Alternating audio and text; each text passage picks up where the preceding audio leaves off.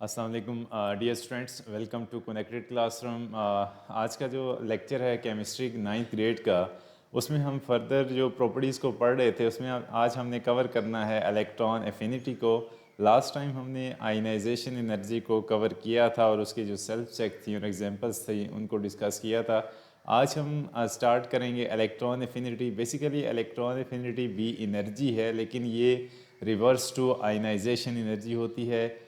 Ionization energy क्या थी कि जब हम किसी एटम को जब एनर्जी देते थे तो उसके वैलेंस शेल में से जो वैलेंस इलेक्ट्रॉन्स थे वो रिमूव होना शुरू हो जाते थे, और ऐसी एनर्जी जो कि इलेक्ट्रॉन्स को रिमूव करने के लिए रिक्वायर्ड होती थी उसको हम आयनाइजेशन एनर्जी कहते थे। अब इलेक्ट्रॉन एफिनिटी वो एनर्जी होगी जो कि रिवर्स हो जाएगी, ये रिलीज़ होगी कब? जब हम किसी इलेक्ट्रॉन को किसी एटम के वैलेंस शेल में ऐड करेंगे तो उस दौरान जो एनर्जी रिलीज़ होगी तो उसको हम क्या कहेंगे? Electron affinity. ठीक है, तो सबसे पहले हम इसकी डेफिनेशन को नोट डाउन करेंगे कि इलेक्ट्रॉन एफिनिटी क्या है। तो सबसे पहले हम स्टार्ट करते हैं electron affinity.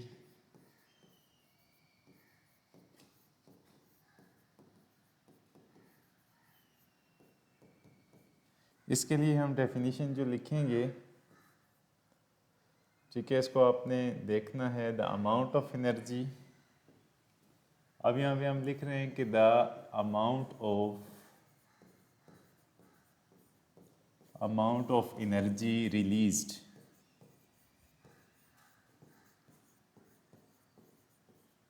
released when an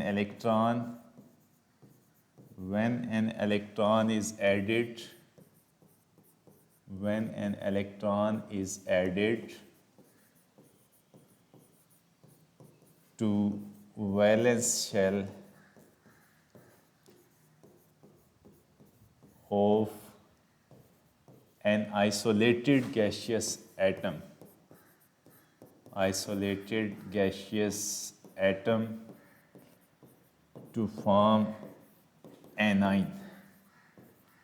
ठीक है, अब यहाँ पे जो हमने डेफिनेशन लिखी है कि ये वो एनर्जी होती है जो कि रिलीज होती है कब? जब हम कोई एक इलेक्ट्रॉन किसी एटम के, कौन सा एटम होना चाहिए? आइसोलेटेड गैसियस एटम, उसके वैलेंस शेल के अंदर हम ऐड करेंगे तो वो किस में कन्वर्ट हो जाएगा? एक नेगेटिव आयन के अंदर, जिसको हम क्या कहते हैं? एनाइन। तो अब हम इसकी इक्वेशन लिखते हैं। लेट्स, यहाँ पे मैं लिख रहा हूँ M इज़ एन एटम। सो अगर M कोई भी जनरल रिप्रेजेंटेशन है एटम की, तो M के लिए हम क्या लिख रहे हैं? M के आउटर मोस्ट शेल के अंदर हम एक इलेक्ट्रॉन ऐड कर रहे हैं तो ये किस में कन्वर्ट हो जाता है? M negative. और यहाँ पे जो एनर्जी रिलीज होती है इस साइड पे, अब एनर्जी रिलीज हो रही है। ठीक है, इस एनर्जी के लिए हम क्या लिख रहे हैं? साथ माइनस लिखते हैं डेल ई। ठीक है, चेंज इन एनर्जी क्या हो जाएगी? माइनस ई। माइनस क्यों लिख रहे हैं? कि जो एक्सोथर्मिक रिएक्शन होता है, एनर्जी जब रिलीज होती है तो उसके लिए हम कौन सा साइन लगाते हैं? माइनस का। और इलेक्ट्रॉन एफिनिटी के लिए जो साइन हम लगाते हैं ए इलेक्ट्रॉन एफिनिटी। ठीक है, अब अगर हम क्या करते हैं, M के अंदर हम n number of electron add करते हैं और इसके ऊपर चार्ज कितना आ जाएगा? -n plus electron affinity. ठीक है, यहाँ तक बात क्लियर हो गई कि अब हमारे पास जो, लेट्स से कि हम एक मज़ीद देखते हैं। ठीक है, तो ये एक मैंने जनरलाइज एक इक्वेशन आपके सामने रखी। अब इलेक्ट्रॉन एफिनिटी जो है, सबसे पहले अगर क्वेश्चन आ जाता है कि डिफाइन इलेक्ट्रॉन एफिनिटी, तो आपने क्या लिखना है? ये डेफिनेशन लिखनी है। Define electron affinity, give general equation. तो आपने क्या करना है? ये पहली स्लाइड इसके लिए हो जाएगी कि डेफिनेशन और एग्जांपल। इसमें आपने एक और चीज़ भी सीखी कि एक्सोथर्मिक रिएक्शन कौन सा होता है? एक्सोथर्मिक रिएक्शन जिसमें से एनर्जी रिलीज होती है। ठीक है, ऐसा रिएक्शन जिसमें एनर्जी रिलीज हो, ऐसे रिएक्शन को हम क्या कहते हैं? Exothermic reaction. उसके बाद जो नेक्स्ट स्लाइड हम पढ़ेंगे कौन से ऐसे फैक्टर्स हैं जिसके ऊपर इलेक्ट्रॉन एफिनिटी डिपेंड करती है, factors that influence electron affinity.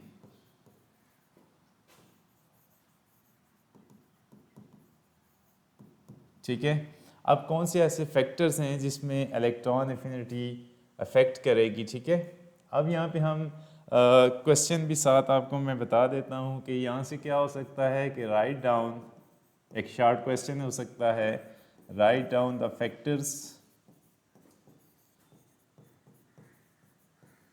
That affect electron affinity. तो आपने क्या करना है कि देयर आर 3 फैक्टर्स, आपका आंसर यहाँ से स्टार्ट हो जाता है, there are 3 factors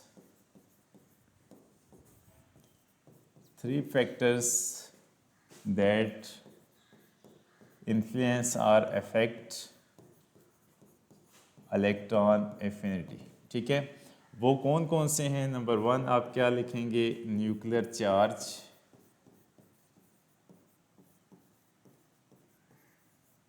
nuclear charge हो सकता है। दूसरा क्या हो सकता है, शील्डिंग इफेक्ट हो सकता है, शील्डिंग इफेक्ट। और तीसरा पॉइंट क्या हो सकता है, atomic radius.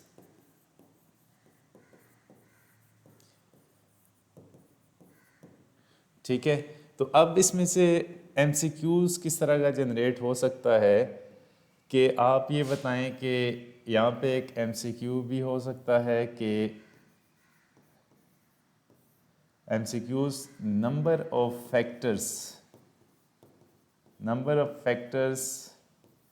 Affect electron affinity. तो कितने हमने पढ़े, number 3 number of factors that affect electron affinity. इसमें से कोई एक भी आपको एमसीक्यू में डाल के पूछ सकता है कि आप इसको चूज़ करें कि क्या ये तीनों अफेक्ट करेंगे, कोई एक अफेक्ट करेगा या नन ऑफ दीज इसमें से अफेक्ट करेंगे। तो ये शॉर्ट क्वेश्चन भी हो सकता है और इसमें से हो सकता है और एमसीक्यू भी इसमें से हो सकता है। तो अभी तक हमने 2 चीज़ें डिस्कस की हैं, एक डेफिनीशन इक्वेशन और साथ में फैक्टर्स।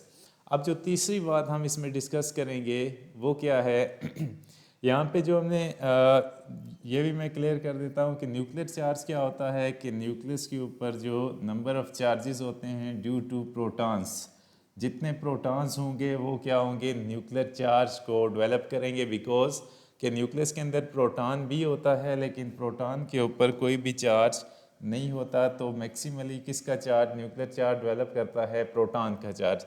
शील्डिंग इफेक्ट क्या होता है कि reduction in the force of attraction between the nucleus and the valence electrons. इसको हम क्या कहते हैं, शील्डिंग इफेक्ट। ये हमने डीपली स्टडी किया था। उसके बाद एटॉमिक रेडियस, ये 2 प्रॉपर्टीज़ हम डिस्कस कर चुके हैं।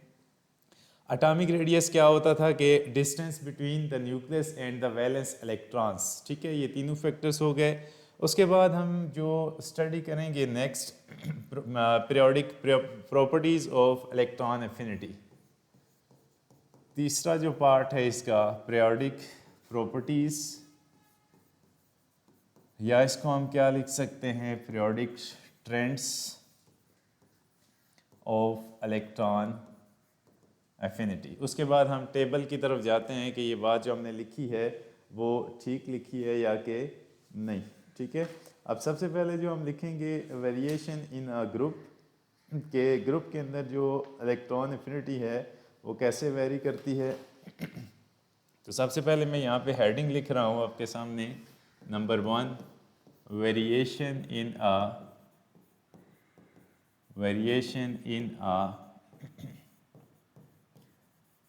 ग्रुप। ठीक है, अब यहाँ पे हम 2-3 बातें लिखेंगे, उसको आपने अच्छे तरीके से देखना है कि electron affinity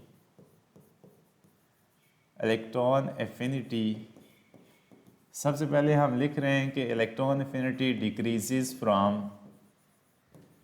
decreases from top to bottom in a group.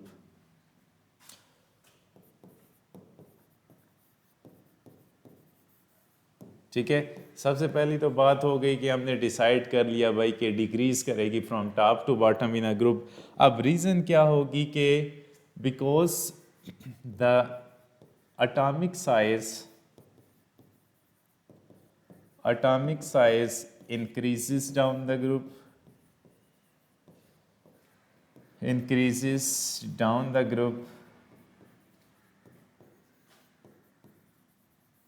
ठीक है। उसके बाद क्या होगा, the shielding effect increases,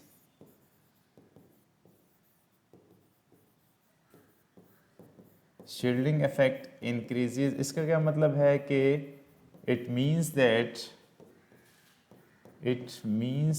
that the force of attraction between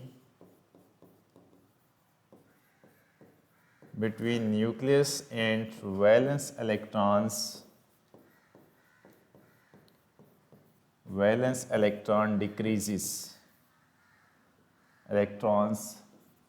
decrease. अब होगा क्या, जब फोर्स ऑफ अट्रैक्शन डिक्रीज कर जाती है तो अब क्या लिखेंगे कि the nucleus binds less tightly the incoming electrons. जो एडिड इलेक्ट्रॉन्स होंगे वो न्यूक्लियस के साथ टाइटली बाइंड नहीं होंगे, तो होगा क्या, इलेक्ट्रॉन्स, ठीक है। उसके बाद इसके रिजल्ट के तौर पे यहाँ पे होगा क्या, वो हम लिखेंगे कि so less amount of energy released.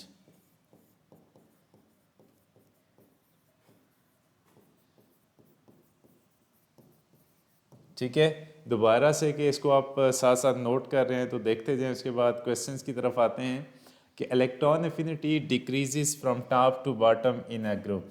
Decreases सबसे पहले top to bottom in a group क्या है कि वर्टिकल कॉलम, अगर आप ऊपर से नीचे आते हैं तो इलेक्ट्रॉन एफिनिटी क्या करेगी, डिक्रीज करेगी। अब इसकी रीज़न क्या है कि down the group atomic size increase करता है, ठीक है। एटॉमिक साइज अगर इंक्रीज करता है तो इसका मतलब है शील्डिंग इफेक्ट इंक्रीज करेगा। शील्डिंग इफेक्ट अगर इंक्रीज कर रहा है तो इसका क्या मतलब हुआ कि जो फोर्स ऑफ अट्रैक्शन है वो डिक्रीज कर रही है between the nucleus and valence electron. उसके बाद जो इनकमिंग इलेक्ट्रॉन होंगे और न्यूक्लियस की आपस में बॉन्डिंग जो होगी वो लेस टाइटली होगी, मतलब इतनी ज़्यादा फोर्सेबल नहीं होगी, स्ट्रॉन्ग नहीं होगी, तो इस दौरान जो एनर्जी रिलीज होगी वो कम से कम होगी, ठीक है। उसके बाद हम इसको अगर देखते हैं बुक से तो सबसे पहले जो ये यहाँ पे इसने सबसे पहले लिखा है कि electron affinity explain the anions formation. A9 मैंने अभी आपके साथ डिस्कस किया था कि एनाइन क्या होता है, जिसके ऊपर नेगेटिव चार्ज होता है, ये आपको नज़र आ रहा है। उसके बाद electron affinity is defined as the amount of energy released when an electron is added up in the valence shell of an isolated atom to form uninegative gaseous ion। uninegative के उसके ऊपर एक नेगेटिव चार्ज बनेगा। अब अगर n number of electron add करोगे तो n negative charge increase होगा और इलेक्ट्रॉन एफिनिटी क्या होगी, यहाँ से एनर्जी रिलीज होगी in the form of negative. जब भी आप इसका टेबल देखेंगे तो इलेक्ट्रॉन एफिनिटी के साथ नेगेटिव का साइन होगा कि एनर्जी रिलीज हो रही है, ठीक है। अब यहाँ पे आगे चलते हैं तो फैक्टर्स अफेक्टिंग, जो मैंने आपको शॉर्ट क्वेश्चन बताया था वो आपकी बुक के ऊपर यहाँ पे मौजूद है। कौन कौन से फैक्टर्स हैं जो कि इलेक्ट्रॉन एफिनिटी को अफेक्ट करेंगे। सबसे पहले जो मैंने लिखा था न्यूक्लियर चार्ज नंबर 1, उसके बाद एटॉमिक रेडियस, और तीसरा जो मैंने लिखा था वो शील्डिंग इफेक्ट है, जो आपके लिटरेचर के मुताबिक होगा। इसको आपने याद रखना है, ये शॉर्ट क्वेश्चन हो सकता है। उसके बाद इसका जो बिहेवियर है, पीरियोडिक ट्रेंड्स हैं फ्रॉम लेफ़्ट टू राइट, पहले हमने जो डिस्कस किया है वो ग्रुप के अंदर है, उसके लिए हम देखते हैं कि बट द शील्डिंग इफेक्ट। उसके बाद नीचे आते जाएँ तो electron affinity decreases from top to bottom, ये जो अभी हमने पॉइंट डिस्कस किया है, decreases from top to bottom in a group, this is due to increase in the shielding effect, due to increased shielding effect and increase in atomic radius, The added electron bonded less tightly to the nucleus. As a result, less energy is released. तो ये क्या होगा, group के अंदर इसकी variation होगी। ठीक है, तो आपने इसको इस पैराग्राफ को यहाँ से याद करना है, या जो मैंने नोट्स आपको लिख के दिए हैं वहाँ से आप इसको याद कर सकते हैं। ठीक है, उसके बाद हम अगर देखें जो हमारा ग्रुप है, नेगेटिव साइन को आपने निगलेक्ट करना है यहाँ पे। ठीक है, और साथ अगर आप देख रहे हैं तो पहले ये क्या है 73 से ये 60 पे आ रहा है, 60 से 53 पे, 53 के बाद 48, 47 और 45। जो भी आप वर्टिकल कॉलम ग्रुप के अंदर देखेंगे, इलेक्ट्रॉन एफिनिटी क्या करेगी, इलेक्ट्रॉन एफिनिटी हमेशा क्या करेगी, डिक्रीज़ करेगी। रीज़न मैंने आपको बता दी है। अब हम जाते हैं पीरियड की तरफ के पीरियड के अंदर कैसे बिहेव करती है इलेक्ट्रॉन एफिनिटी। तो नेक्स्ट है वेरिएशन इन अ पीरियड। तो अभी हम जो बात करेंगे इसका बी पार्ट।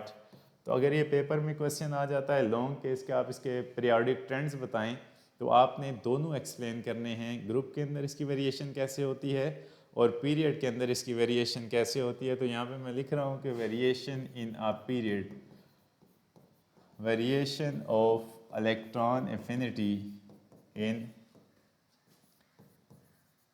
पीरियड। ठीक है, अब अगर हम इसको एक्सप्लेन करते हैं तो इलेक्ट्रॉन एफिनिटी क्या होगी। यहाँ पे मैं लिख रहा हूँ कि electron affinity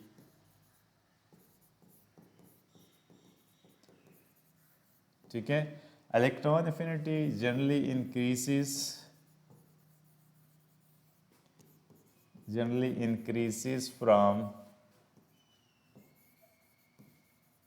from left to right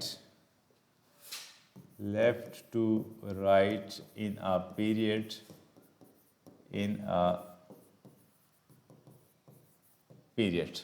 अब इसकी रीज़न क्या है कि हम बात करते हैं कि in a period nuclear charge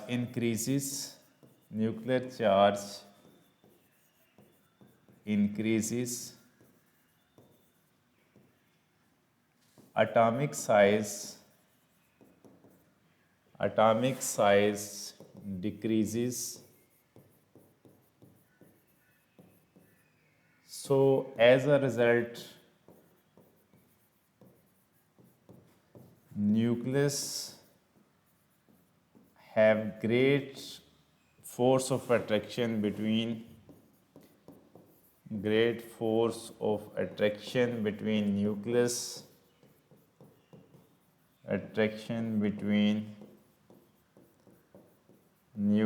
and valence electrons।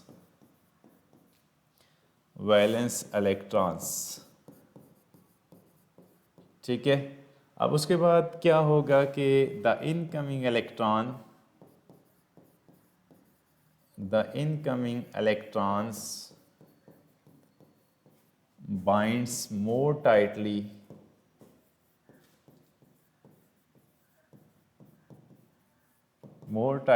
with nucleus। ठीक है, more tightly with nucleus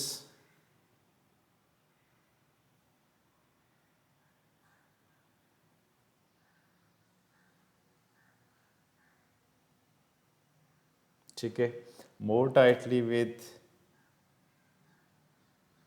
nucleus, hence greater energy is released or larger energy is released।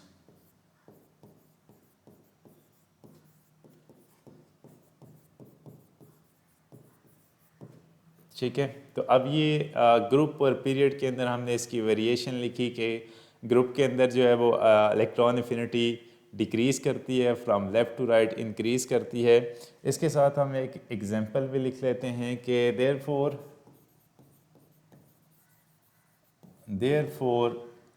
alkali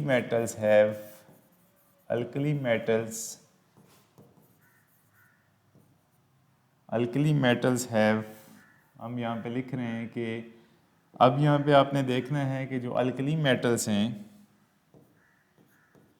alkali metals have low electron affinities.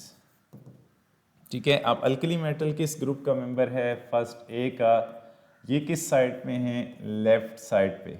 ठीक है, अब जो right side पे आप जाएंगे तो क्या होगा? हेलोजेंस। हेलोजेंस किस ग्रुप का मेंबर है? 7A का। हेलोजेंस हैव ग्रेटर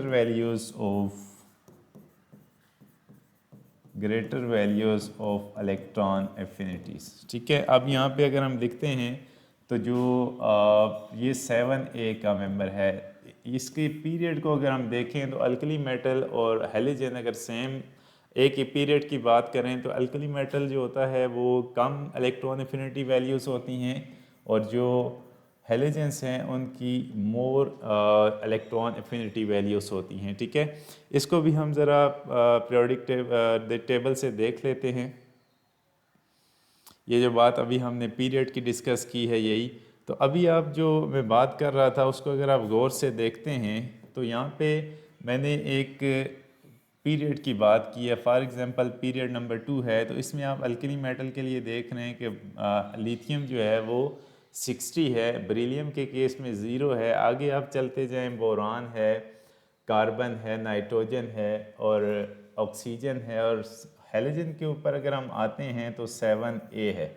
इसी तरह से ये अल्कली मेटल -60 या 60 अगर देखें तो इसकी इलेक्ट्रॉन एफिनिटी वैल्यू 3 to 8 है। तो जो हम राइट साइड पे फर्दर मूव करते जाएंगे तो इलेक्ट्रॉन एफिनिटी वैल्यूज़ इंक्रीज़ करती जाएंगी, और 8A ग्रुप के लिए 0 है क्योंकि इसके ना तो इलेक्ट्रॉन आप इतनी आसानी के साथ रिमूव कर सकते हो, इनके लिए आयनाइजेशन एनर्जीज बहुत ज़्यादा होती हैं, लेकिन इलेक्ट्रॉन एफिनिटी वैल्यू 0 होगी क्योंकि इनके जो आउटर इलेक्ट्रॉन्स हैं वो कम्प्लीटली फिल्ड हैं, इनको इलेक्ट्रॉन की रिक्वायरमेंट नहीं होती। ठीक है, अब अगर आपका कोई क्वेश्चन है तो आप मुझे बताएंगे, नहीं तो फिर हम जो आज का जो टॉपिक होगा यहीं तक होगा। कल हम जो है वो इलेक्ट्रोनेगेटिविटी की तरफ जाएंगे। ठीक है, क्योंकि एक एक मैं आपके साथ डिस्कस कर रहा हूँ ताकि आप एक एक लॉन्ग क्वेश्चन आसानी के साथ याद करते जाएं। ठीक है, अब अगर आपका कोई क्वेश्चन है तो आप मुझे बताएंगे ताकि हम कुछ डिस्कशन कर लें।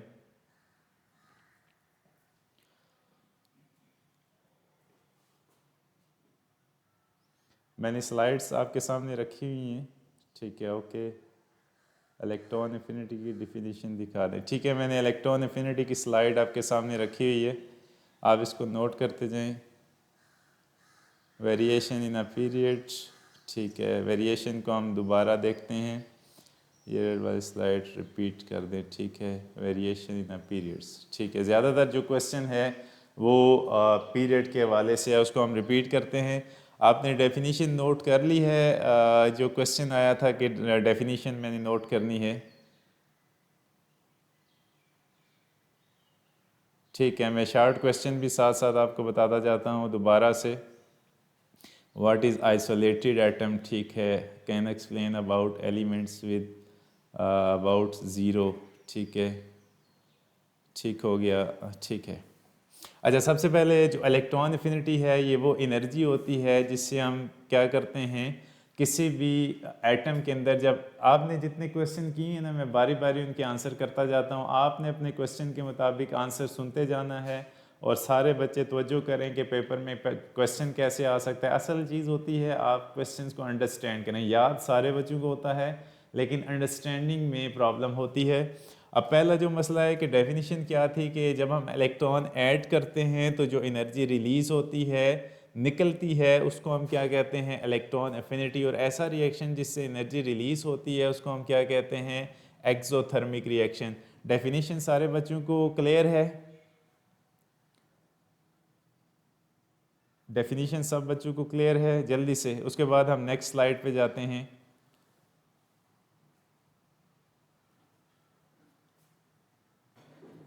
ठीक है, अच्छा, नेक्स्ट जो है, अब अगली स्लाइड जो हम कह रहे थे फैक्टर्स। फैक्टर्स मीन के कौन कौन सी ऐसी चीज़ें हैं जो कि इसको इन्फ्लुएंस करेंगी, अफेक्ट करेंगी। उसमें 3 चीज़ें आपने याद रखनी है, न्यूक्लियर चार्ज, शील्डिंग इफेक्ट और एटॉमिक रेडियस। इसका शॉर्ट क्वेश्चन भी हो सकता है कि write down the factors that affect. अभी किसी बच्चे का सवाल था भाई जो शॉर्ट क्वेश्चन हैं वो आप दोबारा से बता दें। तो शॉर्ट क्वेश्चन क्या हो सकता है कि write down the factors that affect electron affinity. तो आपने ये 3 फैक्टर्स लिखने हैं, 3 फैक्टर्स याद करने हैं। MCQs के हवाले से भी ये आ सकते हैं, जैसे मैंने यहाँ पे एक आपको स्पेसिमेन MCQs बना के दिया कि नंबर ऑफ़ फैक्टर्स अफेक्ट कितने फैक्टर्स हैं जो कि इलेक्ट्रॉन एफिनिटी को अफेक्ट करते हैं। तो 3 फैक्टर्स हैं जो आपने याद रखने हैं। दूसरा मैंने न्यूक्लियर चार्ज की भी डेफिनेशन बताई कि जो प्रोटॉन्स होते हैं वो न्यूक्लियस के ऊपर चार्ज डेवलप करते हैं जिसको हम न्यूक्लियर चार्ज कहते हैं, ठीक है।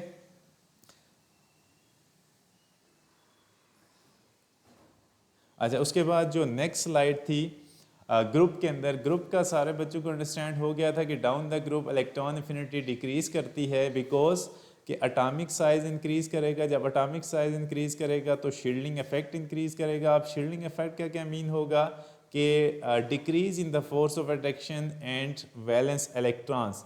जब अट्रैक्शन कमज़ोर पड़ जाएगी तो जब हम नया इलेक्ट्रॉन ऐड करेंगे तो उसको भी न्यूक्लियस इतना टाइटली बाइंड नहीं करेगा, लेस टाइटली बाइंड करेगा। जब बाइंडिंग लूज होगी तो एनर्जी भी कम से कम रिलीज होगी। तो down the group atomic size increase करता है, इलेक्ट्रॉन एफिनिटी डिक्रीज करेगी। उसके बाद एक और किसी बच्चे का सवाल था कि पीरियड के अंदर आप डिफाइन करें। तो पीरियड में from left to right increase करती है। इसकी रीज़न क्या है कि जो पीरियड के अंदर वेरिएशंस आती हैं, सबसे पहला न्यूक्लियर चार्ज इंक्रीज करता है, न्यूक्लियर चार्ज इंक्रीज करेगा और साथ में जो एटॉमिक रेडियस है वो क्या करेगा, वो डिक्रीज करेगा। जब एटॉमिक रेडियस डिक्रीज कर रहा है तो इसका मतलब है कि न्यूक्लियस और वैलेंस इलेक्ट्रॉन्स के दरमियान अट्रैक्शन इंक्रीज होती जा रही है, ठीक है।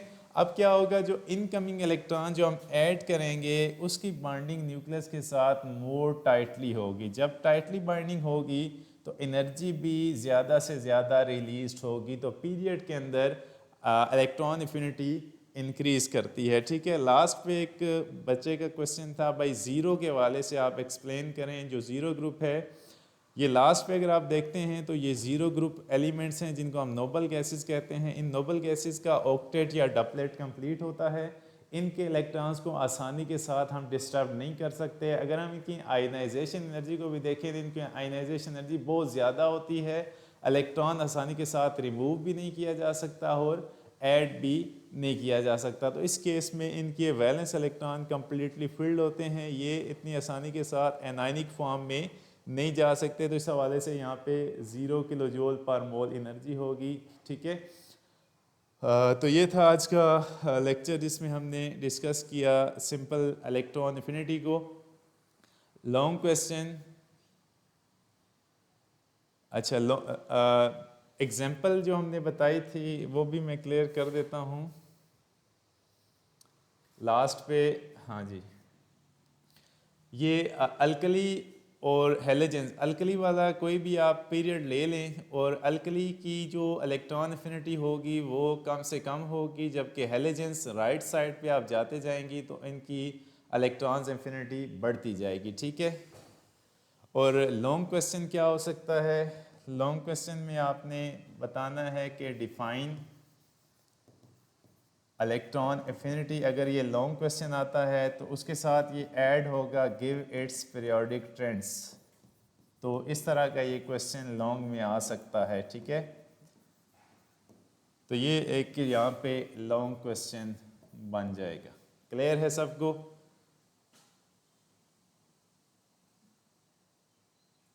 ठीक है। अच्छा, आज के लिए जो होगा वो इतना ही है क्योंकि टाइम हमारे पास जो है वो 30 से 35 मिनट का होता है, तो इसमें हमने क्लोजिंग भी करनी होती है, ठीक है।